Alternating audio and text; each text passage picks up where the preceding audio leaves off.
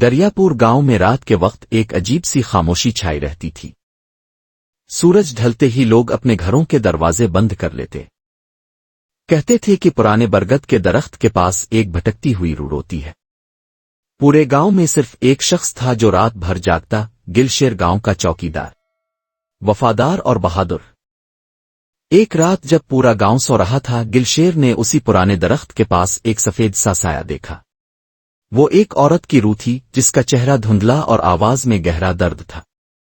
مجھے انصاف چاہیے، مجھے سکون چاہیے۔ گلشیر کا دل کانپ گیا مگر وہ بھاگا نہیں۔ اس نے پوچھا، تم کون ہو؟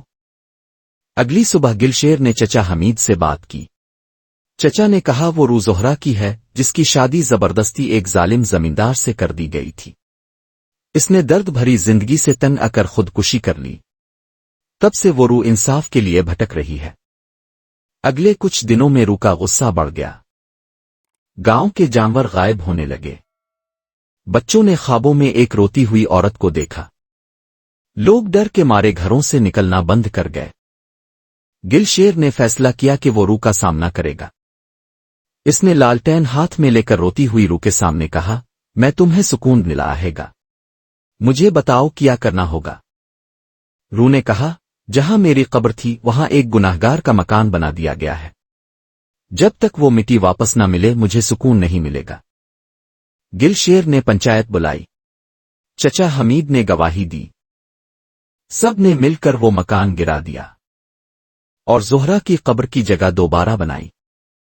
زہرا یہ سب دیکھ رہی تھی۔ اس رات گلشیر نے زہرا کی روح کو مسکراتے ہوئے دیکھا۔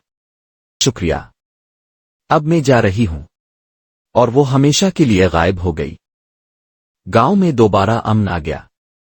لوگ کہتے ہیں کہ گلشیر صرف چوکیدار نہیں بلکہ انسانیت کا سپاہی ہے۔ سبق: جو زندگی میں ظلم سہ کر چلے جاتے ہیں ان کا انصاف ضرور ہوتا ہے، کبھی انسان کے ہاتھوں اور کبھی خدا کے۔